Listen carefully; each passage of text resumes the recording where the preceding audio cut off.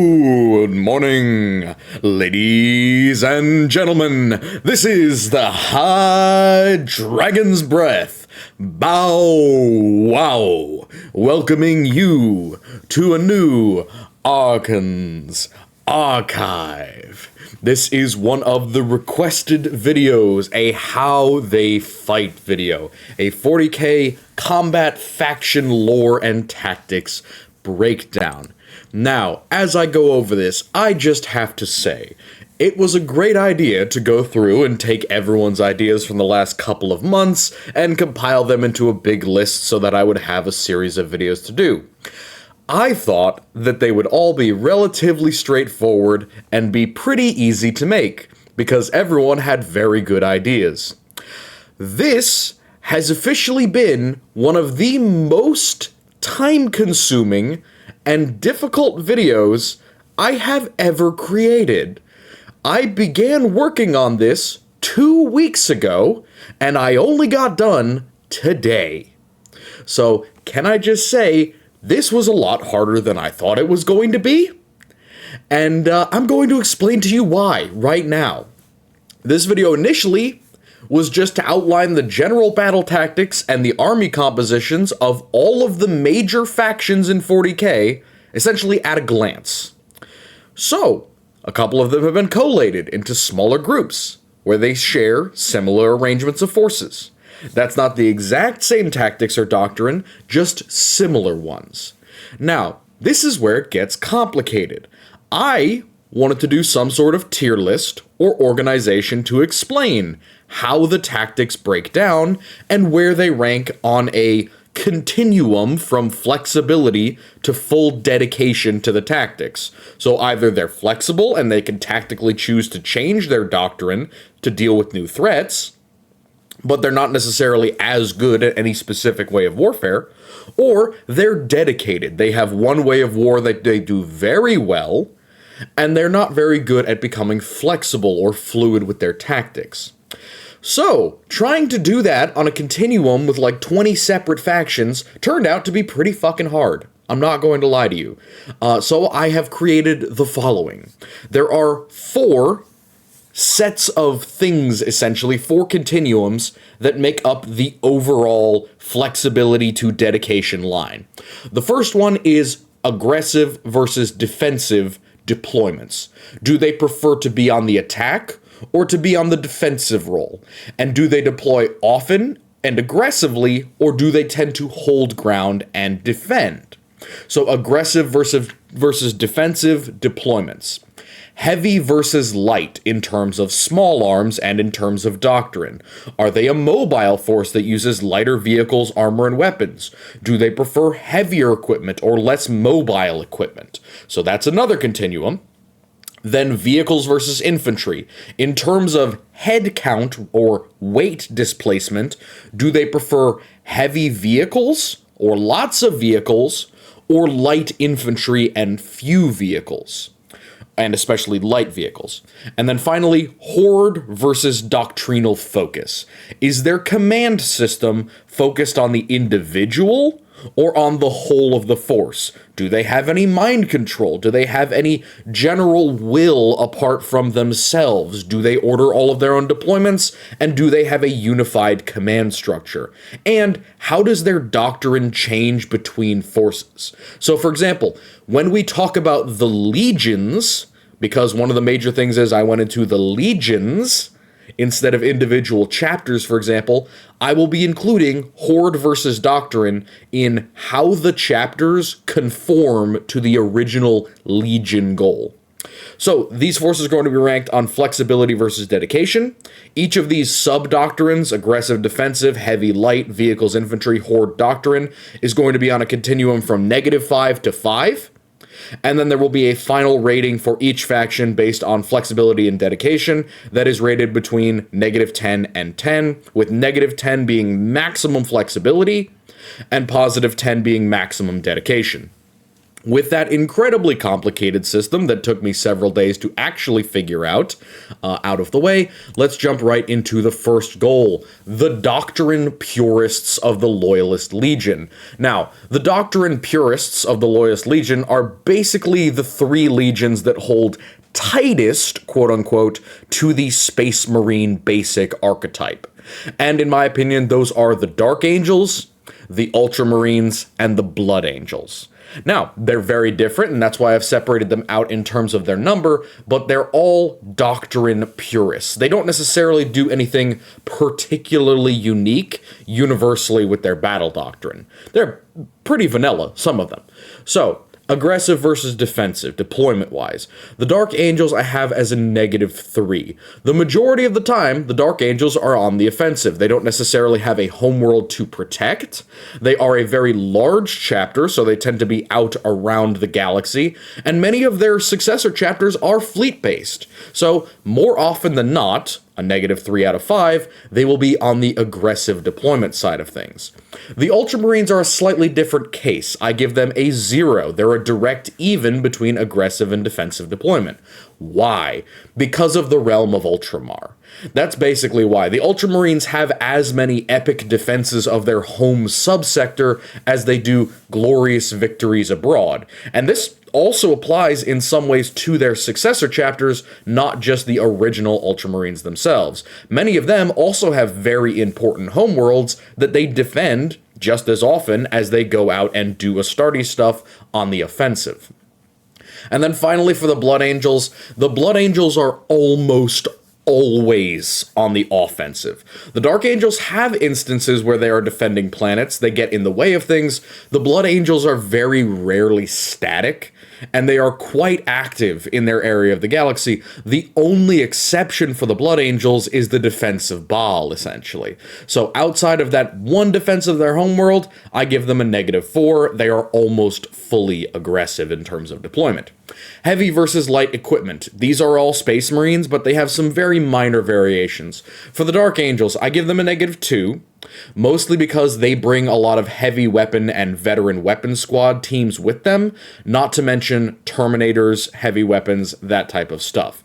The Dark Angels tend to have a deal with everything mentality, and that leans them into bringing more heavy anti-tank weapons a la las cannons more often than the other two. The Ultramarines is a pure 0. They are a pretty much bog standard Marine group. They will bring what is required. They do not really have a preference towards heavier or lighter equipment. The Blood Angels decidedly have a bias towards lighter equipment.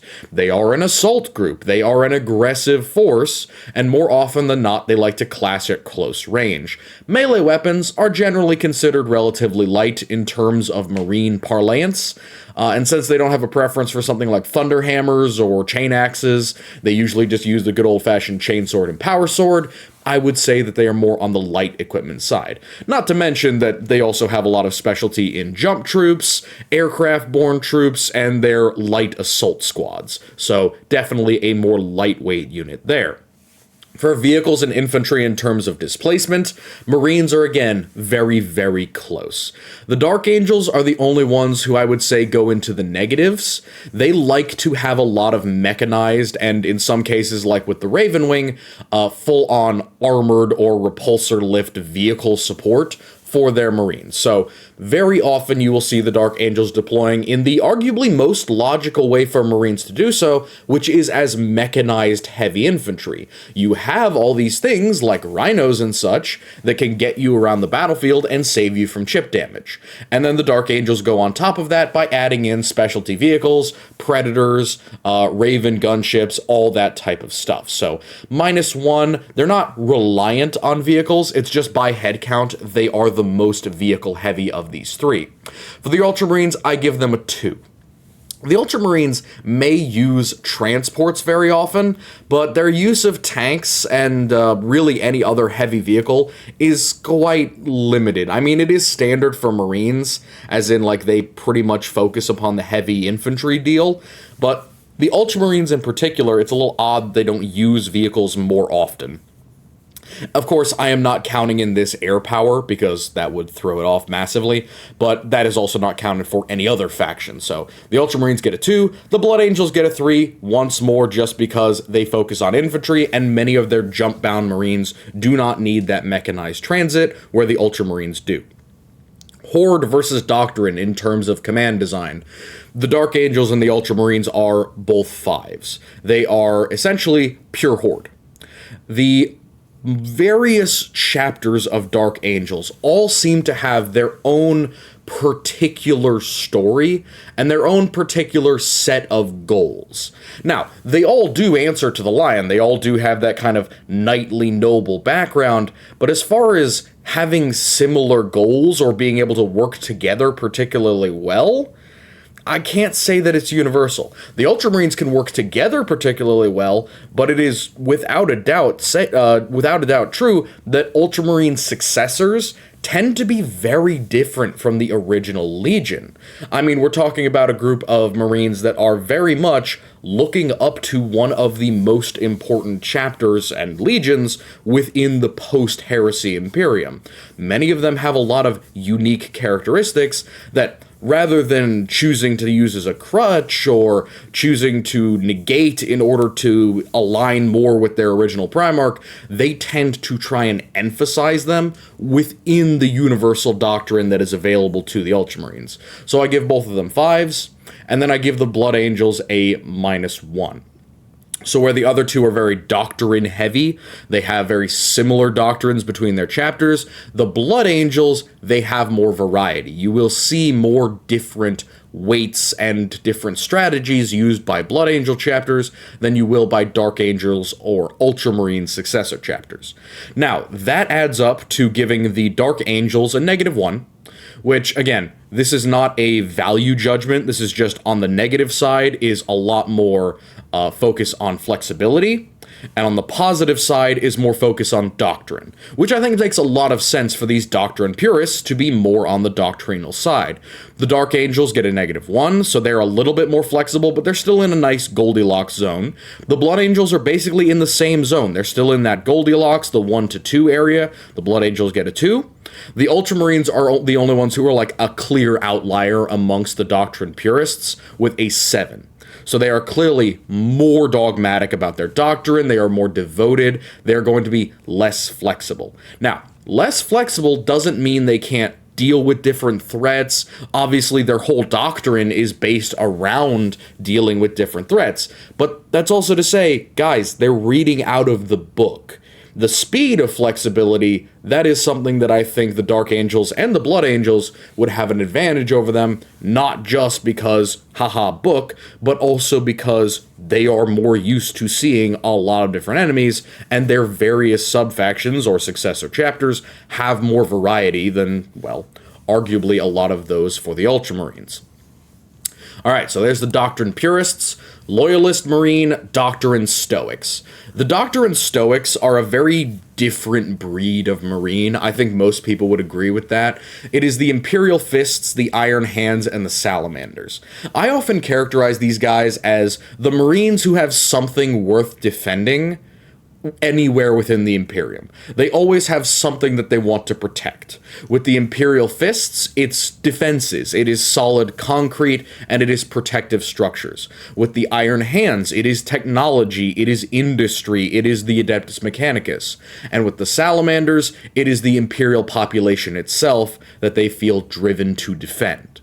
So, on the aggressive defensive deployment terms, the Imperial Fists get a solid 5 in terms of being on the defensive almost all the time. Yes, the Sons of Dorn do go out on crusade. Yes, the Sons of Dorn do go out on the aggressive. But if they had their way, and the majority of the time when they deploy, they will choose the most powerful defensive position, and they will attempt to use it to their absolute maximum effectiveness. They are one of the few factions that all else and everything equal, their doctrine permanently favors the defensive. Now, obviously they have siege tactics, but if we're going to talk about who's more successful at sieges, I think the Iron Warriors would have something to say about that, but that is a thing for a couple of slides down the road. Now, the Iron Hands are a 3 in terms of aggressive defensive. So yes, they would rather be on the defensive, but they are not so single-minded or force-fed to be on the defensive as the Imperial Fists. They very much have more assets, specifically vehicles, that help them in the aggressive role. So for that reason, they get a 3, a nice middle of the road between aggressive and defensive. The Salamanders get a 0. They are dead center on the aggressive defensive. They can do both. They are horrifying in the defense with their flame weapons and, of course, their willingness to sacrifice themselves in order to save civilians, but the same thing applies on the offensive. The Salamanders are excoriators. They are exterminators. They are horrifying when they get an opportunity to really let loose. So for that reason, while their doctrine tells them to do one thing, their capabilities allow them to do another quite well, which gives them a nice solid 0. Heavy versus light equipment. The Imperial Fists get a -1. They're definitely more on the heavy, but the interesting thing about the Fists is that they tend to have man-mobile anti-tank weapons, which, Devastators are a thing, yes, but the Imperial Fists are very, very good with these. They, of course, use them basically like we would use automated turrets in the Imperial Guard, but this time it's for anti-tank and it's wielded by a Space Marine. The Imperial Fists are very, very good with this medium Marine portable equipment, and because they don't have to rely on big static fortifications every single time. Now, of course, they want them, but they don't have to be controlling them themselves, which is one of the big advantages of the Fists. They can fill in for and make better by their presence defensive fortifications without having to just sit behind a gun mantlet and shoot the artillery all day. They have other people to do that, mostly the PDF, but also the Imperial Guard as well. The Iron Hands are heavy equipment users, whether it be mechadendrites or massive axes or various other specialized equipment. All of that stuff is going to pack on the pounds in terms of the guns that the Iron Hands are toting. They have a preference for heavy firepower advantage that they can use to grind out enemies with basically no risk to themselves. Now, this does not apply necessarily to the Marines, it applies more to the assets that they bring along with them. Things like Vindicators, for example, would be an example of a very heavy weapon, but it would also include things like Centurions as well, and of course, Dreadnoughts. So they get a -4.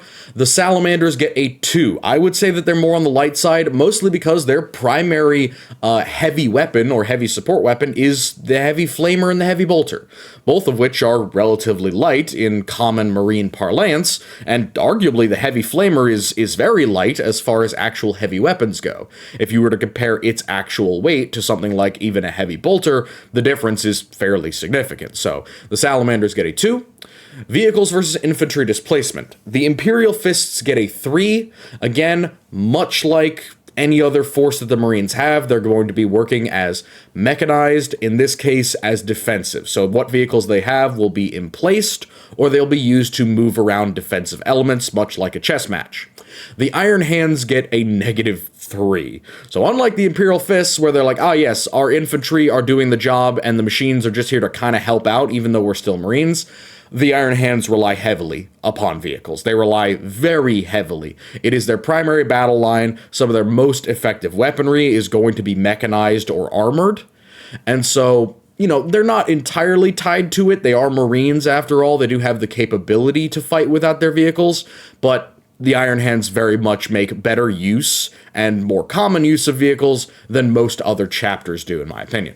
And then the Salamanders get a -1. The Salamanders use a lot of vehicles, mostly things that are used for saturation and also for the occasional anti-tank duty. This includes things like Dreadnoughts, but it also includes things like Predators and like heavy Rhinos and sometimes, of course, Land Raiders. However, unlike the Iron Hands, it's not their primary killer. It is just a very important secondary portion of their combat doctrine. So I give the Salamanders a -1. Horde versus Doctrine focus. For the Imperial Fists, they have a more horde focus. Now, we all know about the Last Wall initiative and how that didn't work out. The real reason I didn't give them a -1 is because there are chapters like the Eternal Crusade, basically. Like the Knights of Dorne, like the Hands of Dorne, like the Black Templars, who are very much divergent from the original basically architecture of the Imperial Fists. Yes, they use Dorne's gene seed, but they are hardly like the Imperial Fists of the Heresy. So, a -2, the Horde mentality, the difference between chapters is massive. The Iron Hands and the Salamanders, on the other hand, get a 2 and a 3 respectively. Most Iron Hand successors and a majority of Salamander successors are similar to their father legion. Now, the Salamanders, arguably, the Doctrine does not apply to everyone, but at least as far as we actually have confirmed successors, most of them have a similar combat doctrine, at the very least, to the Salamanders, as well as, complementary flavors in that sense. So, 2 and a 3 for the Horde versus Doctrine. And then our final rankings. The Iron Hands are -2, so they are more on that flexible side, kind of similar to what we saw with the Dark Angels. Their use of vehicles is a massive asset to them, basically. It's going to help them out massively in combat, and it's also going to help them on the deployment generally. Whereas the Salamanders and the Imperial Fists are going to get a 4 and a 5 respectively, putting them dead center in the doctrinal camp. Now, they are not in the Goldilocks zone. They are definitely dedicated, but they are not as stuck in their ways as the Ultramarines are. So they have a little bit more variety, a little bit more flavor to them, and so they get a 4 and a 5 respectively. So that is the Doctrine Stoics. And so, having gone over the Stoics and the basics, let's go over the Loyalist Doctrine Radicals. The Radicals are the Space Wolves, the Raven Guard, and the White Scars. I'm going to go through these guys a little bit more quickly because I think we're all aware of who they are. So, aggressive versus defensive in terms of deployment. Space Wolves are always on the aggressive. They get a -5. Full aggressive. Absolutely. Their defense is basically what is left at home that can't deploy at the moment, and their great companies are constantly on deployment. For the Raven Guard, -4, again, a heavy aggressive legion. Same thing applies for the White Scars. They're on constant motion, they're in constant movement, and they are engaging very rapidly. An important thing about the White Scars and the Raven Guard is that they are not grindy, long-term deployment folks. Their job, for lack of a better term, is to break the enemy defenses by any means necessary, and using their dominant combat doctrine in order to do so.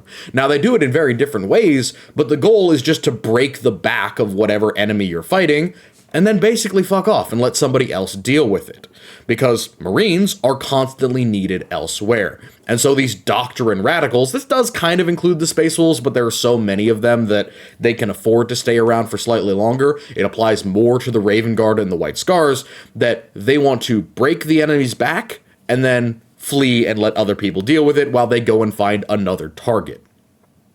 Heavy versus light equipment. The Space Wolves get a 4, so they're more on the light side. Again, very similar to the Blood Angels in terms of equipment and layout. We got assault groups, we've got light scouts, we've got very much like just close range melee rage troops. For the Raven Guard, it is the lightest of light equipment. My habitual complaint with the Raven Guard is that they cut down things like weapons and armor in order to save weight, theoretically weakening both their actual protection and also their weapons as well. So this, is a complaint for me, but it's also feeding directly into one of the major advantages that they have, which is their relative speed on foot in comparison to someone like the White Scars, which also, again, are going to get a 4 here. So it's 4, 5, 4. White Scars are going to get a 4 because, much like the Space Wolves, they are on the move. The main difference is while the Space Wolves are on the move usually using aircraft or, on occasion, vehicles, the White Scars are doing it almost always with extremely light vehicles. So their equipment, in terms of personal armament, is very light as well. Vehicles versus infantry displacement, almost everyone here is in the positive. The Space Wolves use some tanks and some mechanized vehicles just to get their troops around, as well as aircraft on occasion, but again, we're not including aircraft, so they get a 3. The Raven Guard are basically entirely infantry. They do have vehicles, as all Marines do, but their use of them is highly limited by the tactics that they actually employ. Their whole concept of stealth infiltration is completely defeated by the use of any actual ground vehicles other than hovercraft, which, again, are hovercraft really that stealthy? I don't really think so, so I would give them a 5. So they're full on the infantry displacement. The White Scars are the only exception to this. They have vehicles, mostly bikes, that are used fairly commonly, and when they don't have those, they will use other modified things like rhinos and land raiders in order to go very fast. The main goal of them is, unlike the Space Wolves, which use their vehicles as battle taxis, the White Scars truly utilize them as combat vehicles the way that they were intended. Horde versus Doctrine. For the Space Wolves, full Horde. Each of the great companies have their own culture, their own goals, their own leadership, and they are quite various in their actual, function internally. Some of them are straight up different in many, many ways from the original Space Wolves, and while they keep some of the same culture, they definitely develop in ways, especially doctrinally, that are very unique to the great company. For the Raven Guard and the White Scars, they both get a 1. They are bog standard Marines in terms of doctrine. Their doctrines are unique, but they don't really change chapter to chapter. They're still on the same stuff, basically regardless of generation. A couple of them definitely branch out, which is why I don't give them a higher score. They just get a 1, but they're not really so far out there as I would consider them the equivalent of like the different great companies that are very, very culturally and tactically diverse. So finally, for our score, we have the most flexible so far, the Space Wolves at a -3. The White Scars are at a -1, which gives them, again, that Goldilocks zone between -2 and 2, where we're at a nice tactical balance between doctrine and flexibility. And then on the other side, at a 6, we have the Raven Guard. Definitely more of a doctrinal force here. They're definitely devoted to their primary goal of infiltration and decapitation strikes, and their flexibility, their ability to, say, hold lines or be open warfare combat troops is more limited than it would be with the White Scars or with the Space Wolves. So, -3 for the Space Wolves, -1 for the White Scars, 6 for the Raven Guard. Alright, moving on quick to a couple of pairings. Custodes and Grey Knights. Aggressive versus defensive deployment. Custodes are a 5. They are 100% defensive. They will almost never leave Terra, and they should never leave Terra, to be entirely honest. The Grey Knights, on the other hand, are almost the exact opposite, a -4. Always on the offensive. They will defend Titan and the various other bases that they have throughout the galaxy, but in general, the Grey Knights are needed on the offensive. There are demon outbreaks and horrible, monstrous stuff happening all over the galaxy, and the Inquisition, that basically pulls the strings of the Grey Knights to a degree, needs, and the Grey Knights themselves, need to be deploying basically constantly in order to keep putting out tiny minor fires. So, outside of defending Titan and their various bases, they will always be on the aggressive, giving them a -4. Heavy versus light equipment. The Custodes get a 0. They can pick and choose. Their weapons in the hands of a traditional Astartes would be heavy melee weapons, but in the hands of the Custodes, they are standard. They also can use standard weapons, but they can also use heavier weapons. There's basically nothing that is out of their hands, and while I would argue that they use mostly marine portable weapons, there's nothing that says that they couldn't pull out a las cannon if they wanted to. So I give them a 0 due to the fact that they basically have infinite flexibility in terms of what they want to equip themselves with.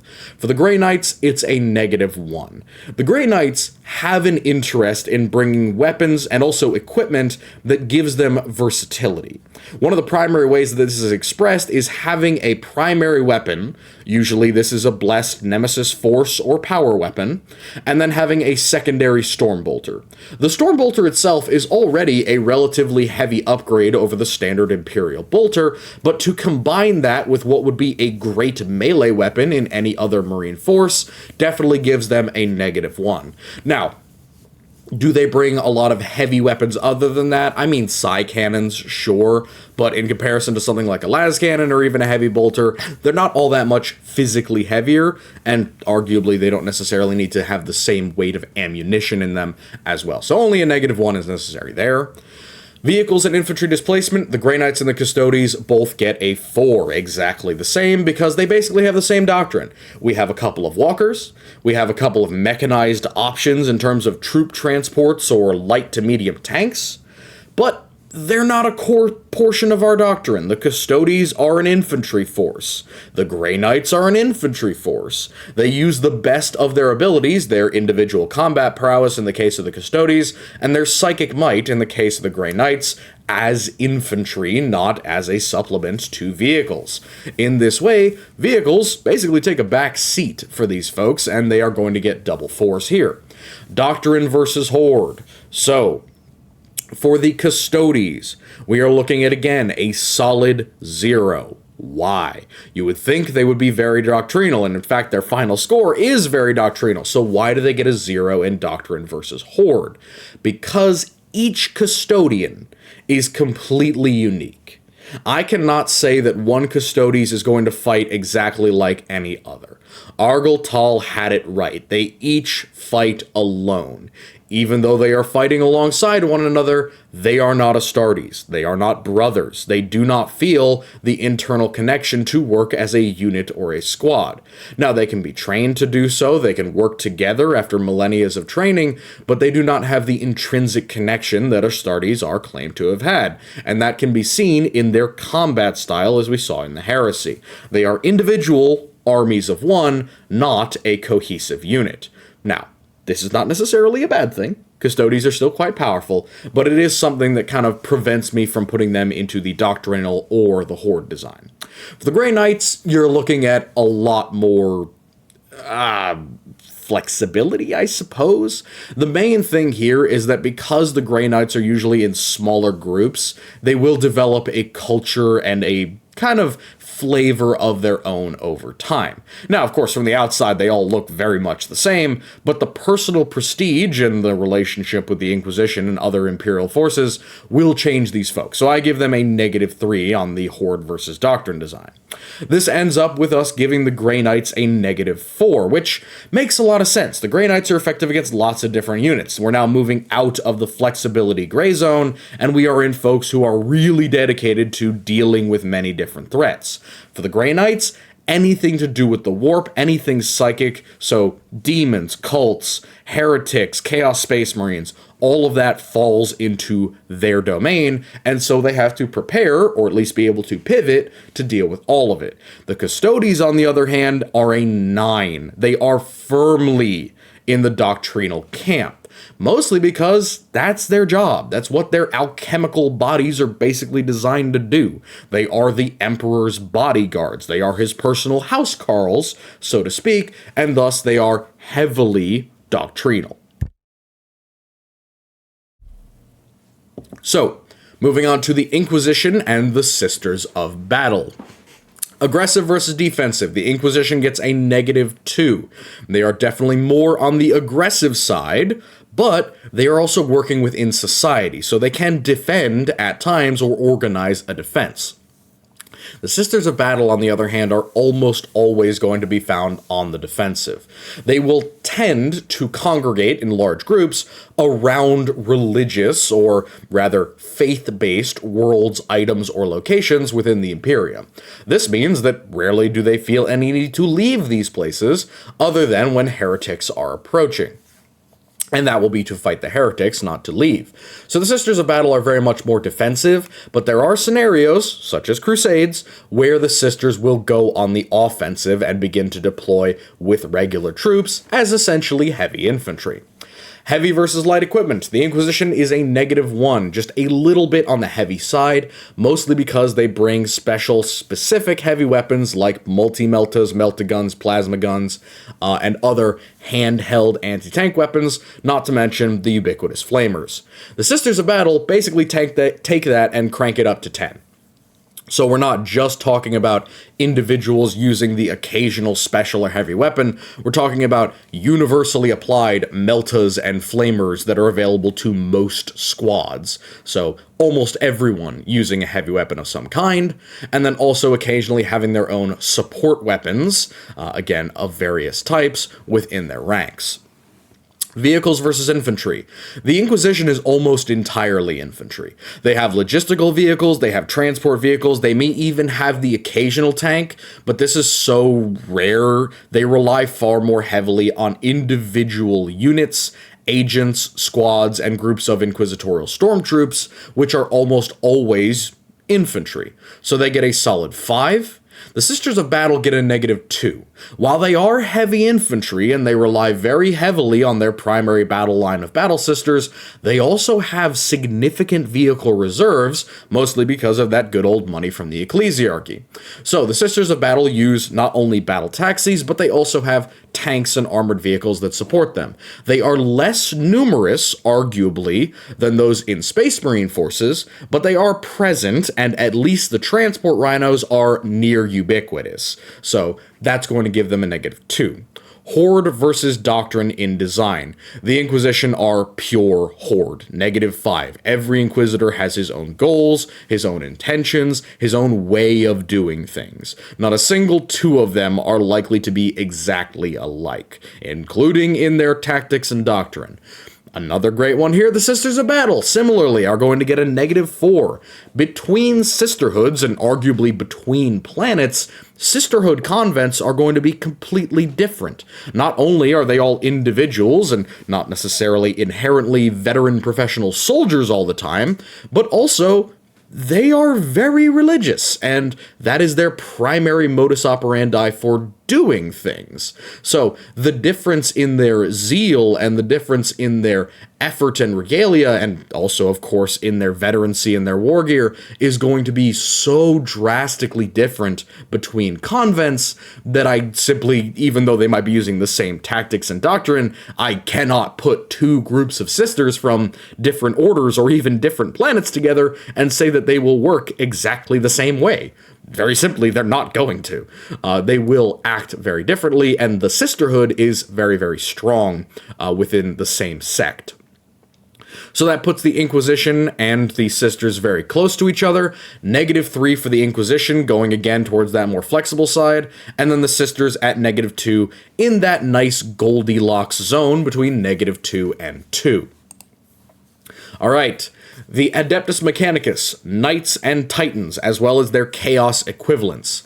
For aggressive versus defensive deployment, the Chaos Dart Mechanicum, or just the Dart Mechanicus, or the Chaos Mechanicus, whatever you'd like to call them, are a 4. They are decidedly on the defensive. They are protecting their demon forges.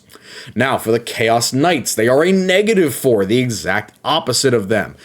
Chaos Knights are not like Chaos Titans. They can operate relatively independently, and they tend to attach themselves to very aggressive forces, like warbands, in order to get maximum value out of their deployments. They don't want to go it alone like Titans might be able to, so they want to absolutely 100% get into combat as much as possible, which means that they are going to be -4. Basically, maximum aggressiveness with the occasional defense. For Chaos Titans, it is exactly the same, but for different reasons. Chaos Titans will only deploy in the offensive. There's no reason to deploy Chaos Titans in a defensive measure unless you are a demonic Forge World and you are under attack for some god's forsaken reason. Now, that gives them a -4, but again, it's just a different reason than the Chaos Knights. For the Loyalists, the Adeptus Mechanicus are a 3. They are firmly on the doctrinal side, but they are not so dogmatic between forges that I can say they all deploy for the same reason. Or sorry, defensive between forges, they can say they all deploy for the same reason. There are different expeditionary groups that might be considered far more aggressive than others, but the majority of the time, the Adeptus Mechanicus will deploy defensively in order to defend their own personal interests. For normal Knights, they are -3. Essentially, they are also always on the aggressive, but they're not nearly as bloodthirsty and, quite frankly, not caring about their own lives as Chaos Knights, because quite often they have a home to defend, so they have something to actually come back to. The Titans, for the same exact reason as Chaos Titans, are also going to be on the aggressive. Most of the time, when you run into Imperial Titans, it is not going to be on the defensive role, unless, again, you are attacking a Forge world. So I give them a -4. Heavy versus light in terms of equipment. Now, again, we are talking Knights and Titans here, but we're talking in general as well. So, for the Dark Mechanicus, Chaos Mechanicus, they are a 1.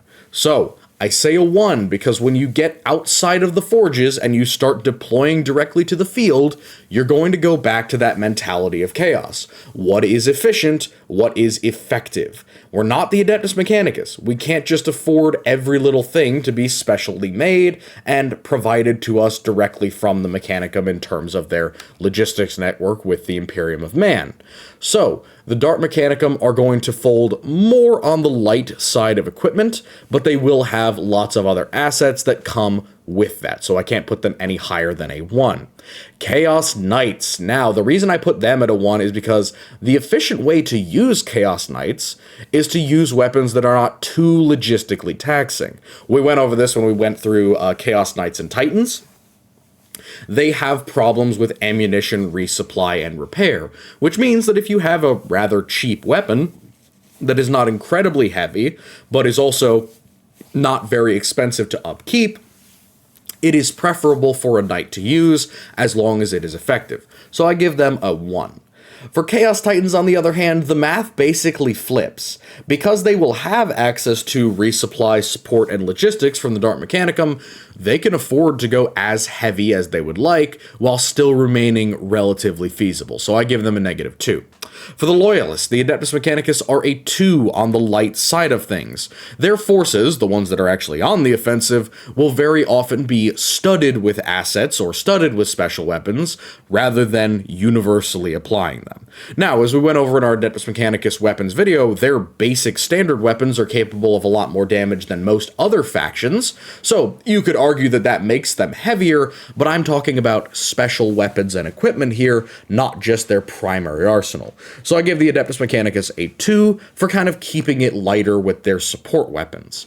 For Knights, -1. Basically the opposite of Chaos Knights. They have the support, they have the supplies, and they want to have an advantage over enemy god machines and super heavy tanks, so they have a mild preference towards taking at least one heavy or super heavy anti-tank weapon. Then for Titans, it is a solid 0. Because most Imperial Titans are limited in what equipment and weapons they can actually have to begin with, and retrofitting or recreating Titan weapons is quite difficult, many of them are stuck with whatever they had, and generally that's enough. There are very few things that can truly tank Titan-grade weapons once you get above the level of a Warhound. So Titans, on the loyal side, get a 0. Vehicles, infantry, and displacement. Yes, this is a little bit silly, considering that we're talking about, Knights and Titans, but in this case, we're going to look at the forces that come along with them. For the Chaos Dark Mechanicus, we are looking at slightly more vehicles. Why? To make up for the rather light equipment. The Dark Mechanicum will have lots of demon engines, which arguably are some of the lightest vehicles that Chaos has access to. Not in terms of firepower or weaponry, but in terms of logistical footprint and logistical train. All that they need in order to remain functioning is a priest and a whole bunch of sacrifices. They don't even really need ammo all that much, so the Dark Mech are just on the vehicle side, yes, but the vehicles that they bring are not as logistically heavy as others. For Chaos Knights, it is a -2, mostly because the vehicle itself, and hopefully the war dogs that it is deploying with, will often be able to, or be forced, to outrun any infantry that are placed with them. Now, you could attempt to keep up with a knight in an infantry vehicle, for example, motorcycle forces and outriders might be able to go around and assist with some scouting for the Chaos Knight, but generally it will go out with its own forces. Chaos Titans are the opposite situation. They will have whole armies around them, much like Loyalist Titans. But again, these are armies provided by the Dark Mechanicum generally, or by whatever warband happens to have a Titan loyal to it. So these could be far more limited than the ones that are available to the Mechanicus. The Adeptus Mechanicus are a little bit more on the infantry side, just again for that whole studding thing, where they don't deploy lots of vehicles or lots of assets in the same force. They will rather have multiple forces with multiple different studs of assets, as we have gone over. So they will get a 1. Knights will get a 2, because they tend to deploy with infantry and to support infantry more often than Chaos Knights. Chaos Knights are very rangy, very aggressive. Knights, in the traditional sense, are very much acting more like a tank. They can be more effective in the infantry support role than Chaos Knights generally.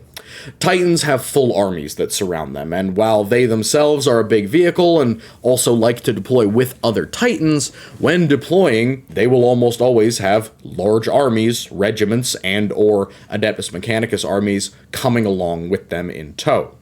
For Horde versus Doctrine, Dark Mechanicus get a -5. Every single Dark Forge world is going to be different. Chaos Knights get a -5 as well. Every single pilot is going to be completely different. Chaos Titans get a -3. Now, why? Mostly because some of the Chaos Legions that are still extant, some of them, are still actually following similar doctrines to what they originally had. What is also important to note is that Chaos Titans are usually pretty heavily dedicated to the worship of chaos. So their horde doctrine, the mentality of all being different, still applies, but less so than it does with the very individualistic Forge Worlds or Knights. For the Loyalists, the Adeptus Mechanicus are a solid 3. They are definitely on the doctrinal side, and they slide right in there with the Titans. The Titans and the Adeptus Mechanicus are tight. They are on the same doctrinal plane. They have the same exact mentality when it comes to how they should be deployed in their warfare, and they basically work hand in hand with one another when the Titans walk. The Knights are a -1. Remember, we're talking about different forces from different worlds here. They will all look at combat differently, but generally, there are also Questoris Knights who are more in line with the Adeptus Mechanicus. So I give them a -1 just because Questoris Knights are a thing. That gives us this final ranking. Probably the most flexible unit in this entire list is Chaos Titans. They are maximum flexibility. They have so much variety. And almost in every one of these things, they are aggressive, they are heavy, they're vehicle heavy, and they have a horde doctrine. So they are some of the most flexible available to us. Right next to them are Chaos Knights at -9. Then we have a large jump to our middle groups here, with the Knights being in -3, again because of their variety. And then the Dark Forge worlds being similar to the Mechanicus, but far more independently minded, and also with slightly different doctrines in terms of vehicles and infantry. The Dark Mechanicum have a -1 on the flexibility score. Then, another Goldilocks zone, we have Imperial Titans with a 2. And finally, over here, all the way on the right side, in full doctrinal mode, we have the Adeptus Mechanicus with a 9. Basically the opposite of Chaos Knights.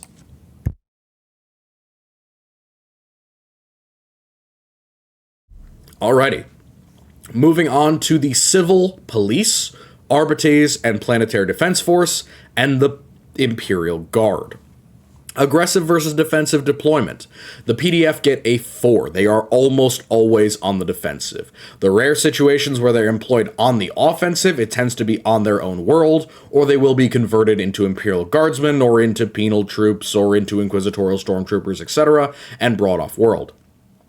The IG, on the other hand, while they do tend to deploy in a defensive role because of their weaponry, they're almost always doctrinally on the aggressive foot. They're always being sent around the galaxy and deployed particularly long distance to fight in foreign war zones. So I give them a -3. They will still be on the offensive even when they are defending. Heavy versus light equipment.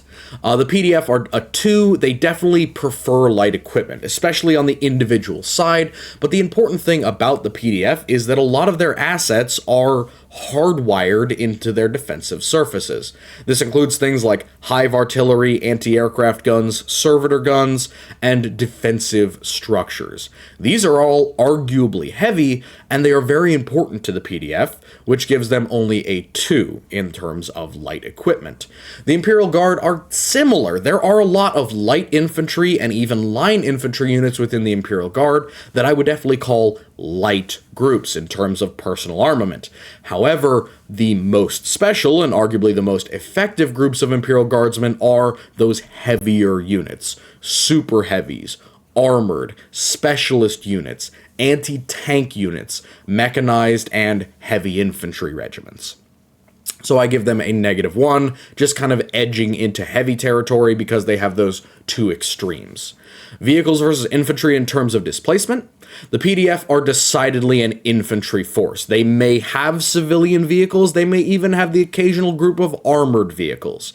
The Arbites and the civil police will very often have vehicles, and in terms of the Arbites, they can actually use something akin to a Rhino or even a Taurox, so that's a very acceptable vehicle. But the PDF, as a vast majority of the planetary defense, are going to be vehicleless, and they're going to be mostly infantry in the millions, if not the tens of millions. Then we have the IG. The IG are again a -1. There are those lighter sides, those pure infantry forces, but a majority of regiments will have some vehicles attached to them, whether in a logistical role or in a combat role. So a -1 for the IG. Horde versus Doctrine design. The PDF are definitely more on the side of Doctrine. Most PDFs on most worlds will react to a threat in a very similar way. They will go out to their defensive position, they will deploy, and they will do standard combat drill number 1, essentially. Stand in a line and shoot things when they get close. However, this varies dramatically world to world. Again, I have to point out the fact that defending a hive world and defending a feudal world are totally different operations, and they require a totally different planetary defense force in order to achieve. Not to mention that the PDF can shrink or swell dramatically in size depending on what world we're talking about.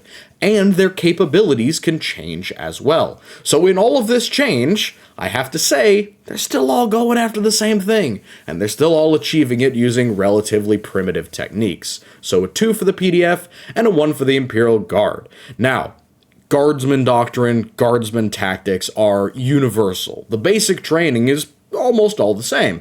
You know, you could train anyone to be a guardsman. The difference comes in with the flavor of each regiment, and oh my god, are they flavorful. Dramatically so, to the point where they put the average Space Marine chapter or legion to absolute shame in terms of the flavors on offer.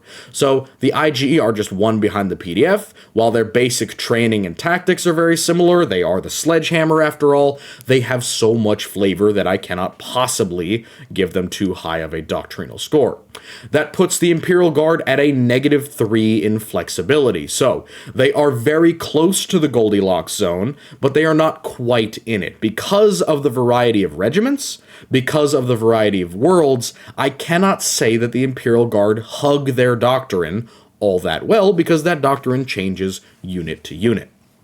The PDF, on the other hand, have the highest doctrinal score on this entire list, and 11, completely off the scale, because again, they are the defenders. It doesn't really matter what world they're on, we know exactly what they're doing, and we know generally how they're doing it. You could predict the PDF's movements 9 times out of 10 with a very high degree of accuracy, and they stick to these rules. They stick to them like glue because that is what provides them their homogeneity and the universal protection that they so often leverage to keep off invaders. So an 11 for the Planetary Defense Force and a -3 for the Imperial Guard. The Chaos Legions. Let's start with Chaos now. On the aggressive side, we have the Emperor's Children, the World Eaters, and the Thousand Sons. Again, I have grouped these together as the aggressive folks. In terms of their deployment, the Emperor's Children get a -3, more on the aggressive side. Fulgrim's aggressive. Fulgrim's goals are very, very expansive, and of course petty. World Eaters, -5. They're absolutely not going to be on the defense for fucking anything. There's no reason for the World Eaters to stick it out on a planet and stick around. They just don't have to. And of course, after Angron, that becomes the even worse. We're just following him through the warp now at this point and killing everything in our way. So, -5, there's no reason for defense with the World Eaters. Thousand Sons is a -2. The reason that the Thousand Sons are in this aggressive category is basically because of Magnus's vendetta against the Space Wolves. Like, legitimately, if you just did the Thousand Sons, they would be far more defensive, but including Magnus in this, which I am, the whole Storm of Chaos thing and the invasion of Fenris, yeah, that is one of the most impressive aggressive maneuvers ever undertaken by a Legion. It rivals the Black Crusades and the Plague Wars. And that action definitely puts them in the aggressive side of things. And honestly, they haven't really stopped since then. They've continued their activities. And even before Magnus, we still had individual groups and warbands who were absolutely willing to go hog wild on the Imperium. So a -2, definitely more on the aggressive side. Heavy versus light equipment. Emperor's Children is a -1. They use a lot of sonic weapons, very similar to someone like the Imperial Fists or the Salamanders. They are lighter heavy weapons, but they are also pretty common. So still heavy weapons, still a -1. World Eaters, 4. Screw heavy weapons, we don't really need them. We'll essentially have one dude who has a las cannon just in case tanks show up, but he also has a chainsword because all of us have chainswords and we need to be light and on the move. Thousand Sons are a 2. They do use heavy weapons, but the heavy weapons that they use are used by rubrics. And the rubrics don't really care about the whole mobility factor thing. So while the weapons themselves are heavy, I don't really consider them that much of a detriment in terms of personal equipment. And then when we get to the actual sorcerers and the real Thousand Sons that still have meat on their bones, well, they don't really tend to use a lot of las cannons and heavy bolters now, do they? So definitely a 2, more on the light side of equipment, but they're not aggressive melee troops like the World Eaters. Vehicles and infantry in terms of displacement. The Emperor's Children is again a -1. They will use vehicles, but they are not primary to their doctrine. World Eaters, same exact thing. Most of the World Eaters' vehicles are just battle taxis. Or, demon engines. And then for the Thousand Sons, it's definitely more on the infantry side. Rubrics can march themselves until you're blue in the face. Sorcerers have discs of Zeech and also, some feeties that they can walk around with or fly with, so they don't really have need for much heavy vehicles outside of support anti-tank. And they do have them for that. They also have demon engines and, horrible mutilith vortex beasts and things like that, but they're definitely more on the infantry side here, going back to the kind of pre-Legion days of the Thousand Sons, I suppose, when they're very small and they're very reliant on maximum capacity to try and get things done. That could be one way of seeing it. You could also just say that they're playing on the fact that rubrics are so ungodly tough. Horde versus Doctrine design. The Emperor's Children are definitely more on the Horde side. Same exact thing with the World Eaters. They're very similar in terms of organization, honestly. The Emperor's Children and the World Eaters both have various warbands, have various goals and targets. Some people think that some of the Marines think that they're closer to their god than they are to their Primarch at this point. And that definitely drives some of them to be a little bit more independent. The Thousand Sons, on the other hand, they follow Magnus. And following Magnus is probably the thing that has kept them so, intact at this point. So they get a 3. Definitely more on the doctrinal side. They're all about their warp magic and their sorcery abilities, so nobody's going out on a limb and doing something insane like trying to possess, various sorcerers and turn them into, horrific demon monsters. This puts us at the following rankings. For the Emperor's Children, one of the most flexible legions at -7, all the way down on that side. Then for the World Eaters, we have -4, out of that Goldilocks zone, firmly in the flexible zone. On the exact opposite side of the World Eaters, we have the Thousand Sons, firmly in the doctrinal zone, just outside of kind of spitting distance of the Goldilocks zone. So definitely more on the doctrinal side, definitely more devoted to their craft, but not quite so dogmatic as the 9s and 10s that we've looked at.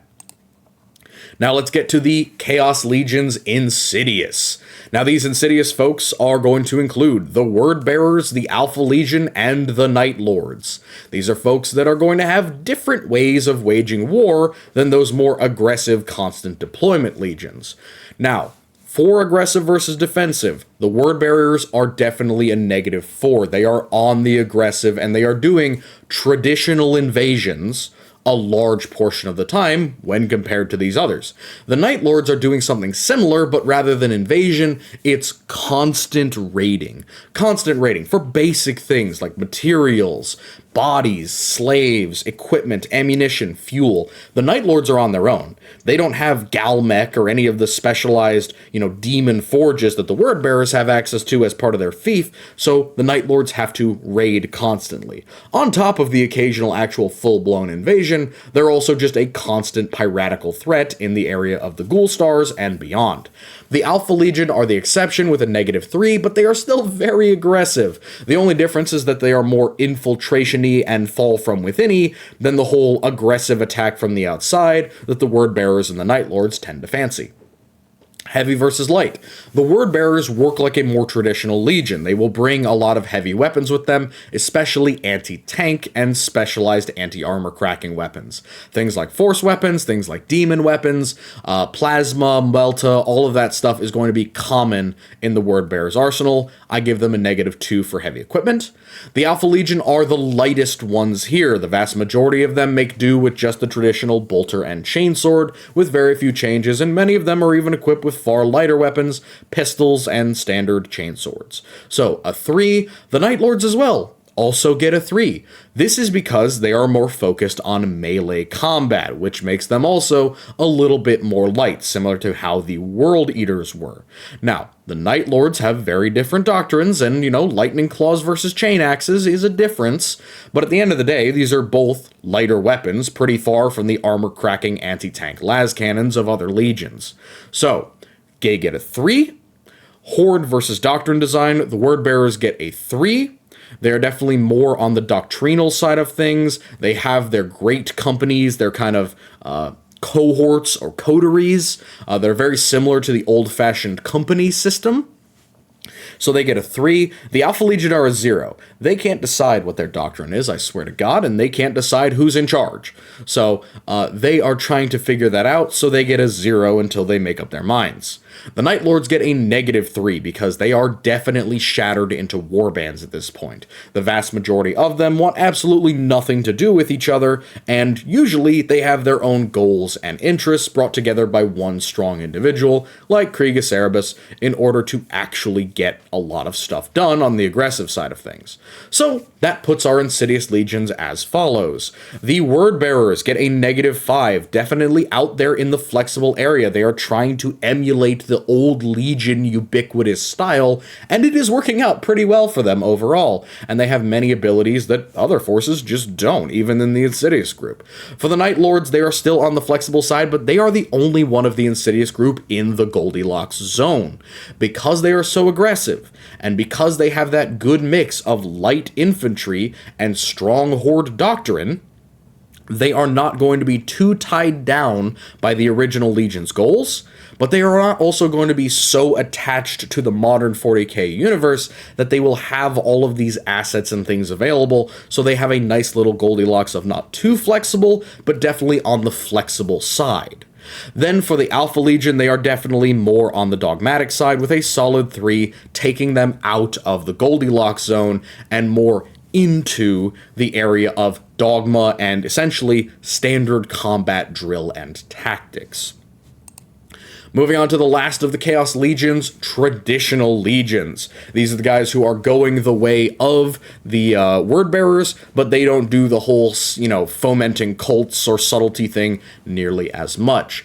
Iron Warriors, Black Legion, and Death Guard all fall into this category. For aggressive versus defensive deployment, the Iron Warriors get a 2. They are definitely on the defensive more often than they are on the aggressive most of the time, for 2 reasons. 1, they prefer it because it gives them the opportunity to grind down enemy forces. Now, they are great siege breakers, and that actually kind of plays into them being on the defensive more often. Why? Because it's really hard to hold out for a long time against the Iron Warriors. So they find themselves on the defensive, mostly because no one can really hold out against their sieges for all that long. And so they find themselves winning the siege, and then having to defend what they just got.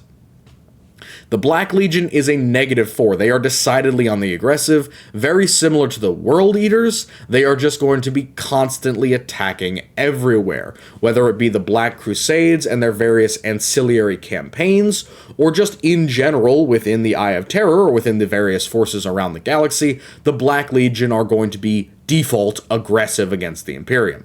The Death Guard are going to get a 1. Mostly because, similar to the Iron Warriors, they tend to stick around and defend the things that they take. Because now it's holy with the blessings of Nurgle, they want to keep it for themselves. But they are also very aggressive, default towards the Imperium, and so they get a 1. Nice and in the middle. Light versus heavy equipment. Iron Warriors, -4. That should be self-explanatory. They are the guys who bring the specialized heavy firepower. The Black Legion, very, very similar to the Word Bearers. They're going to have those anti-tank weapons, but because they're focused quite heavily on a mixed military, both infantry and vehicles, they tend to bring man-portable anti-tank weapons, so I give them a -1.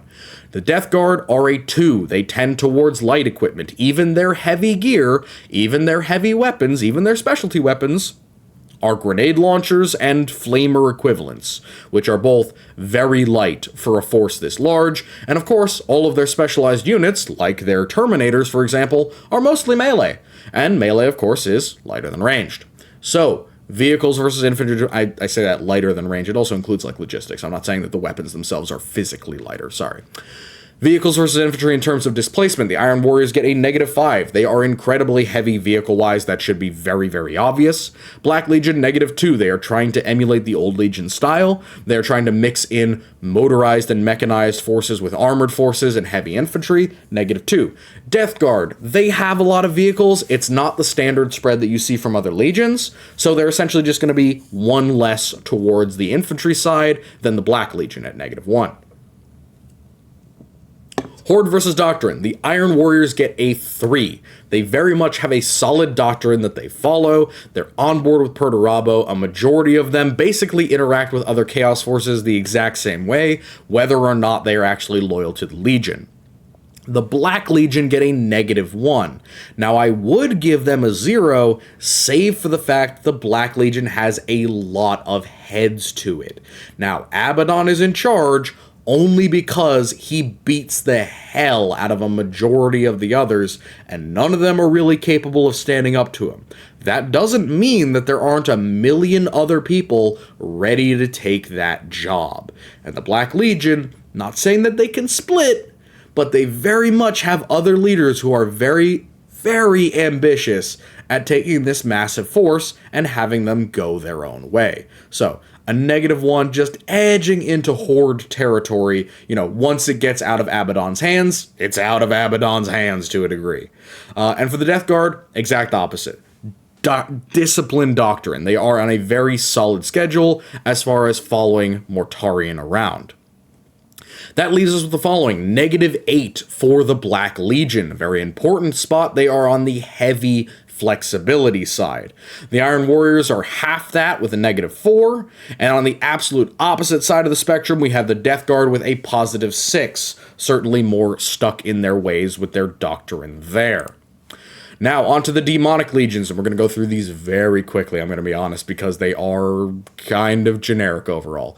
Nurgle, Siege, Khorne, Slaanesh, and the Undivided/Minor Legions. Now, these are headed up by greater demons. Some of them have names, some of them don't. It's just kind of a collection of demons that share similar traits and quote-unquote deploy or enter the warp together when they have the opportunity. Nurgle's Demonic Legions get a 2 in terms of defensive aggressive. They are more on the defensive side. They want to protect Nurgle's domain. Zeech completely depends.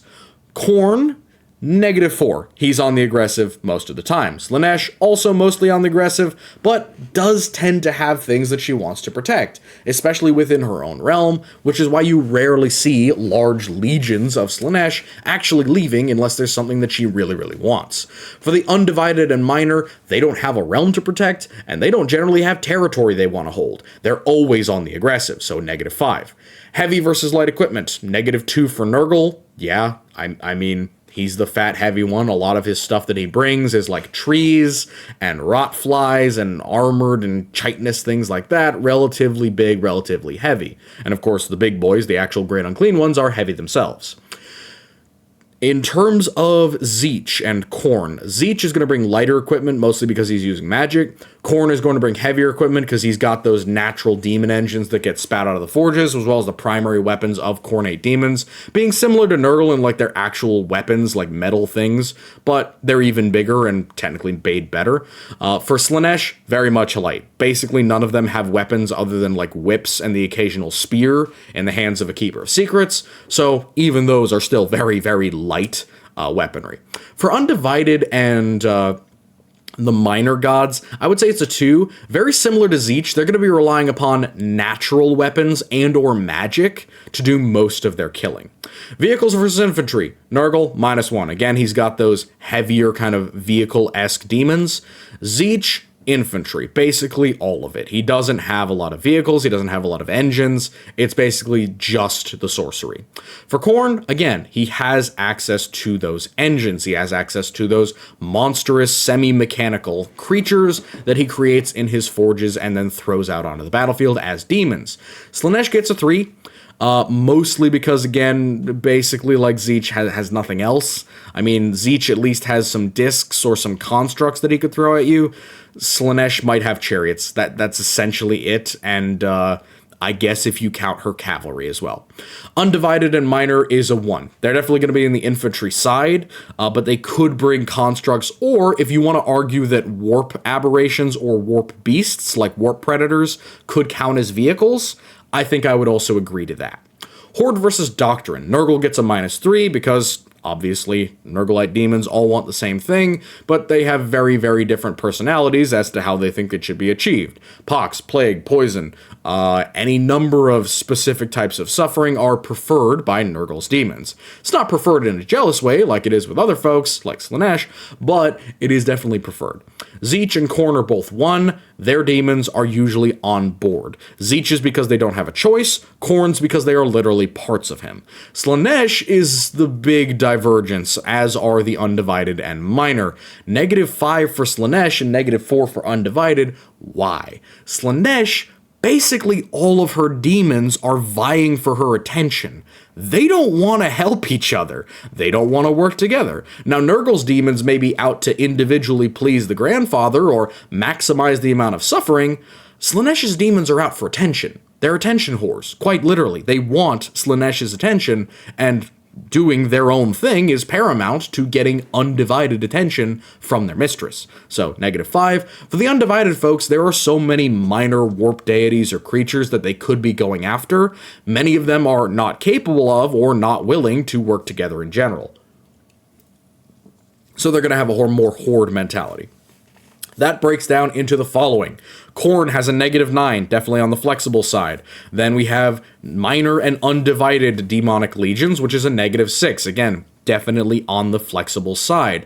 Then at -4, we have Nurgle, certainly moving away from flexibility. He's using more vehicles. He's got a little bit less coordination overall, but still able to meet lots of different threats.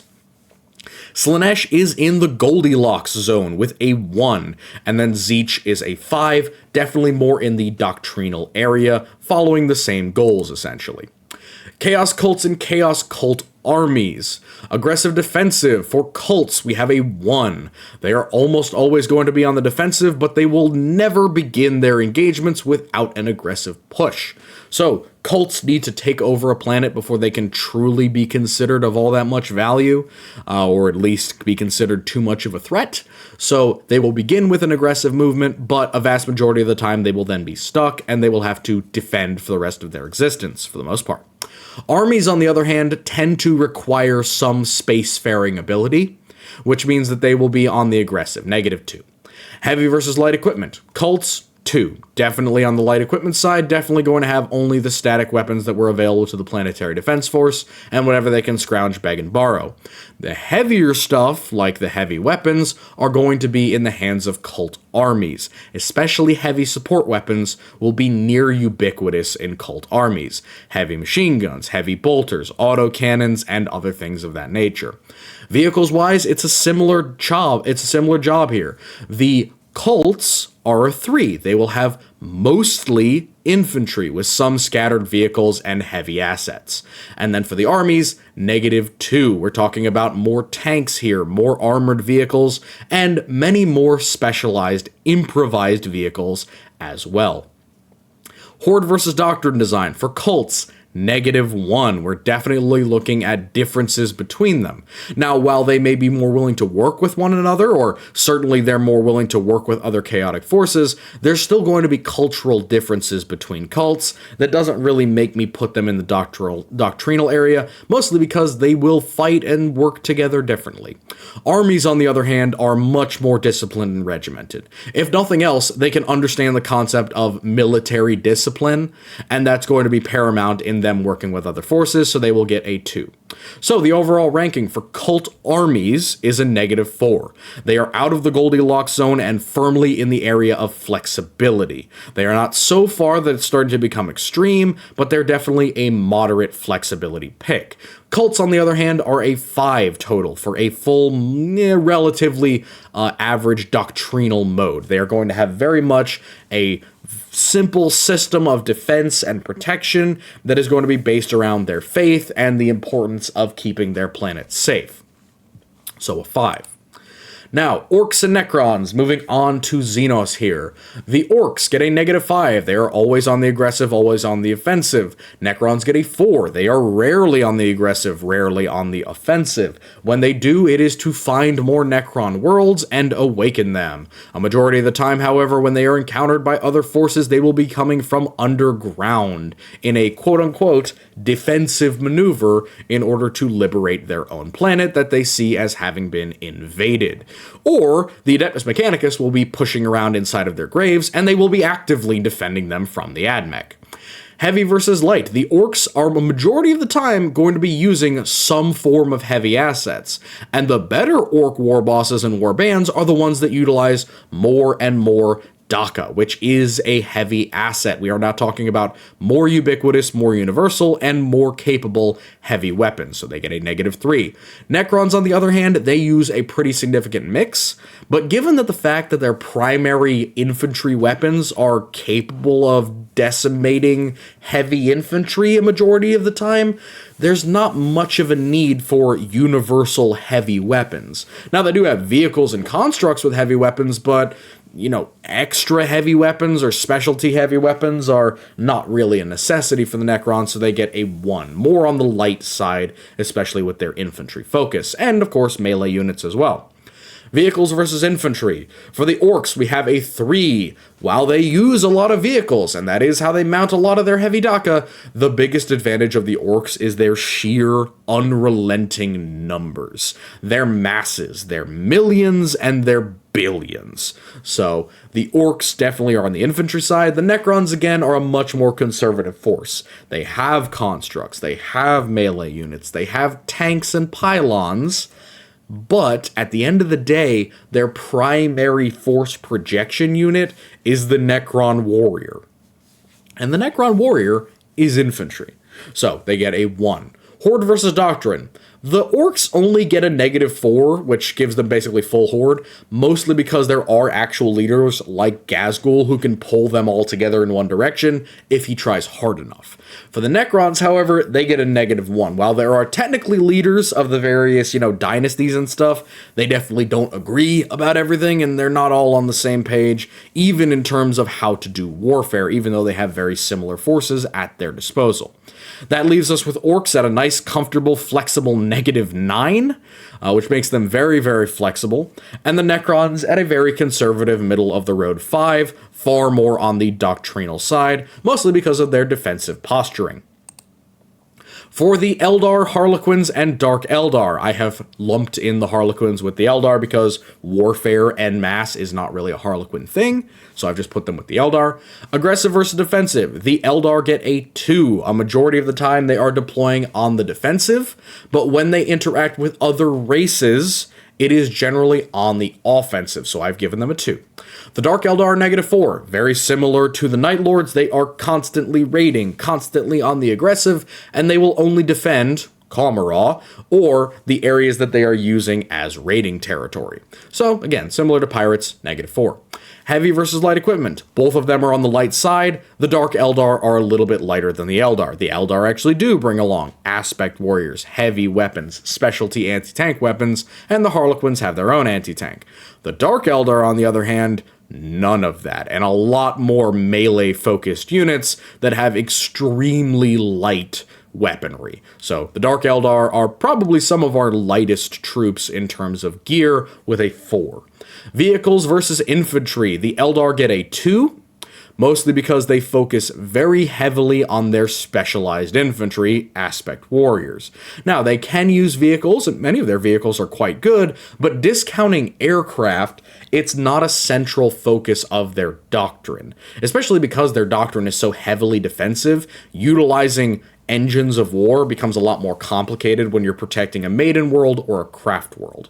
The Dark Eldar, on the other hand, use both, pretty much in equal measure. Very similar to how Space Marines work, they will form mechanized companies or mechanized raid groups that use raiders or venoms in conjunction with specialized infantry like Cabalites and Witches. So they get a 0, a nice even one there. Horde versus Doctrine. The Eldar are definitely on the doctrinal side with a 4, where the Dark Eldar are very different with their various cabals, giving them a -2. Now, there are different craft worlds, and that could vary up tactics a little bit, but at the end of the day, a lot of them are pulling around with the same exact gear and weapons. They're just changing out the flavor. The Dark Eldar are totally different units, totally different forces from totally different backgrounds and doctrines. That leaves us with the Dark Eldar at a pretty unique exact 0, the dead center of the graph between flexibility and doctrinal devotion, which pretty impressive for an Eldar faction to get that center of the Goldilocks zone, especially when the Eldar and the Harlequins are at an 11 on the doctrinal side. Now again, neither of these edges are bad, it's just unique to have somebody so far out there on the doctrinal side. That means that, they're honoring their long past. They're going into those great traditions of the Eldar race, and they're not seeing any reason to change it anytime soon, which I can certainly understand and respect. If it ain't broke, don't fix it. Tyranids and Genestealers. Aggressive versus defensive. Tyranids, -5. Always on the aggressive. Genestealers, -1. They are going to work a little bit like Chaos Cults. Yes, they must start with an uprising, but then they have to keep themselves alive long enough for the Tyranids to show up, or long enough for them to escape, which is another important thing that they can do. They can flee on Space Hulks, they can head into the stars, they can try and attack other worlds. So, I put them at -1. They're definitely more on the aggressive side than they are on the defensive side, but they have interesting scenarios where they may have to be on the defensive. For example, protecting the Patriarch. Equipment-wise, light versus heavy, the Tyranids are at a 2 in terms of lightness. Now, while they do have a lot of heavy gear, that gear is attached to them. It is an organ or an organism attached to the creature itself, making it logistically far more light than any actual heavy weapon should be. Genestealers just don't have a lot of heavy equipment generally.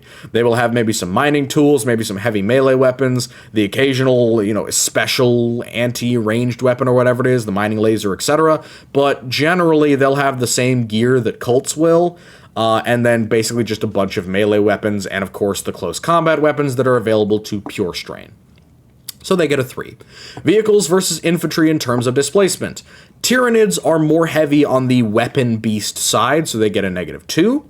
Again, that's fairly self-explanatory. If we want to look at weapon beasts as vehicles, we could definitely say that they're a -2. They rely upon them, they are very useful and important to their doctrine, but they're not crippled without them. And they also have the melee vehicles that would also technically, count as infantry if you wanted to look at them in that way. Genestealers are a 1. They tend to have far more infantry than they have vehicles, but an important thing is, like cults and unlike orcs, they tend to employ a lot of cheap light vehicles in their aggressive actions. So I think that they definitely deserve a 1 in terms of the ratio there. Horde versus Doctrine and Design. For the Tyranids, it's a -2. They're definitely more on the Horde side of things. Now, most of the hive mind is pretty similar, but it's pretty obvious that all of the different tendrils and the factions of the Tyranid force, while not ideologically different from one another, they do operate differently in terms of tactics. And it's pretty obvious that one group or tendril of Tyranids is not going to behave the exact same way or even look the exact same way as the other ones. So I think that gives them a -2. Same exact thing applies with the Genestealer cults. They're on different worlds, taking from different gene stock, and they have a wide variety to how they can look and operate. That leaves our Tyranids with a -7, far more on the flexibility side. They're definitely going to be up there with some of the Chaos Legions in terms of constantly being on the offensive. And then for the Genestealers, we have a 1. They're definitely edging the side of being doctrinal versus being kind of more aggressive as a force like cultists are, but they're not quite to either side yet, which puts them in that nice Goldilocks area with a 1. Now, for the last 2, Tau and generic/miscellaneous Xenos. For the Tau, they have an aggressive defensive of -1. They are very interested in expanding the Empire, but they also have a small area of space to defend. They have to keep themselves safe before they can spread the greater good elsewhere. So I only give them a -1, even though they are an aggressively expanding empire. They are still relatively small, and they have to protect their borders and their colony worlds at all times. For the miscellaneous or generic Xenos, I give them a -2. Many of them want to live their own life, untouched from the Imperium. Others really, really want to fuck up humans. Like, they have it out for mankind. For perfectly legitimate reasons, a majority of the time. But the other reason is, they just like eating us, or mind-controlling us in the case of the Enslavers and other psychic beasts. So, -2, they tend to be on the aggressive, it's on site with humans, but some of them just want nothing to do with us and want to be left alone. So, certainly a -2 there. For the heavy versus light equipment, the Tau are using heavier gear generally. -2, mostly because I count war suits as gear, and of course drones themselves are gear because they require logistics and maintenance. For the generic Xenos, on the other hand, they are massively, and a vast majority of the time, light, because generic Xenos and miscellaneous Xenos don't raise armies for the most part. They don't field massive interplanetary raid or attack groups. They tend to be the civilian, quote-unquote, or the militarized firearms or weapons available to that race innately.